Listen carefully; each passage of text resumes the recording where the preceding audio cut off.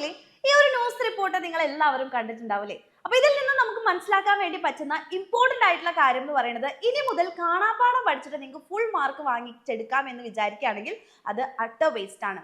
അപ്പം കൃത്യമായിട്ട് നിങ്ങൾ കോണ്ടന്റ് സബ്ജക്ട് ഓറിയന്റഡ് ആയിട്ട് പഠിച്ചാൽ മാത്രമാണ് ഇനി ഒരു ഫുൾ മാർക്കിലേക്ക് നിങ്ങൾക്ക് എത്താൻ പറ്റുള്ളൂ.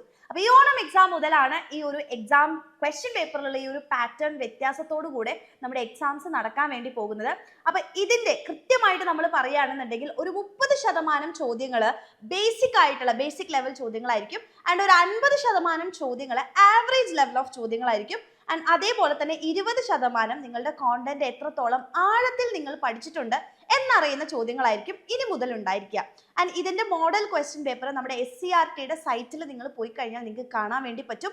അപ്പൊ ആരെങ്കിലും ഇത് കണ്ടിട്ടില്ല എന്നുണ്ടെങ്കിൽ വേഗം തന്നെ സൈറ്റിൽ പോവുക, മോഡൽ എക്സാമിന്റെ ഈ ക്വസ്റ്റ്യൻ പേപ്പേഴ്സ് ഡൗൺലോഡ് ചെയ്തിട്ട് പഠിച്ചു തുടങ്ങുക. ആൻഡ് എല്ലാവരും അടിപൊളിയായിട്ട് ഈ ഓണം എക്സാമിന് പ്രിപ്പയർ ചെയ്യുക എന്നുള്ളതാണ് മിസ്സിന് പറയാനുള്ളത്. സോ ഇതുപോലുള്ള വീഡിയോസ് എല്ലാം ചാനലിൽ വരുന്നുണ്ടായിരിക്കും. സോ ചാനൽ ഒന്ന് സബ്സ്ക്രൈബ് ചെയ്തും കൂടെ വെക്കുക.